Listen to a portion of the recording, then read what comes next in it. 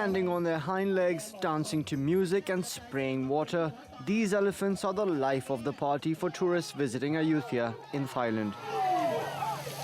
It's indescribable. It's amazing. You come out, you get in the tuk-tuks and you start having a water fight with the elephants. Everybody's laughing, there's music.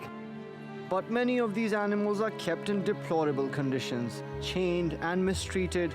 It's a heavy price to pay for show tricks.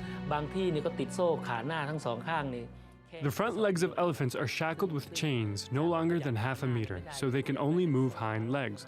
They suffer fatigue and lack freedom of movement. They have to provide services under the order of mahouts, taking tourists for rides and performing in unusual poses. Research by the World Animal Protection Group shows Thailand has the highest number of elephants working in the tourism sector. Despite bringing in millions of dollars in revenue, their living conditions are among the worst in Asia.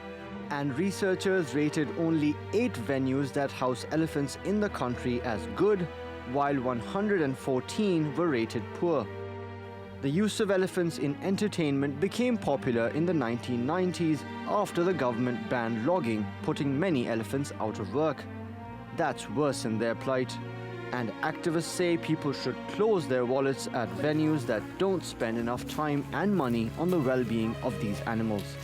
If the tourist venues can say no to the torture of elephants, to the use of chains and metal hooks, and commit to learning more about these animals and about their care, the welfare of elephants would improve. Then we can decide to visit these places. 3/4 of elephants kept in captivity for entertainment live in Thailand, and a boycott of venues that don't treat them well can help stomp out their mistreatment.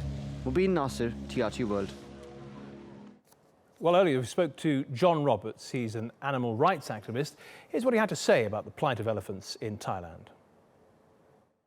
At the moment, there's very little regulation. There needs to be more.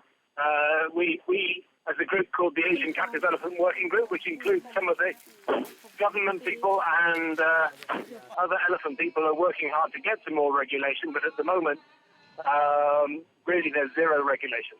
I think the major challenge probably is that people in Thailand, traditional families, have had elephants in captivity for 4,000 years, and they've been doing it one way, and that way has served them well and served the country well for 4,000 years.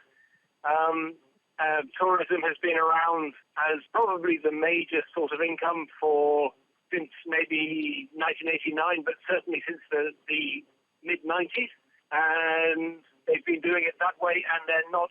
It works for the people who are doing it, and so they're not inclined to change.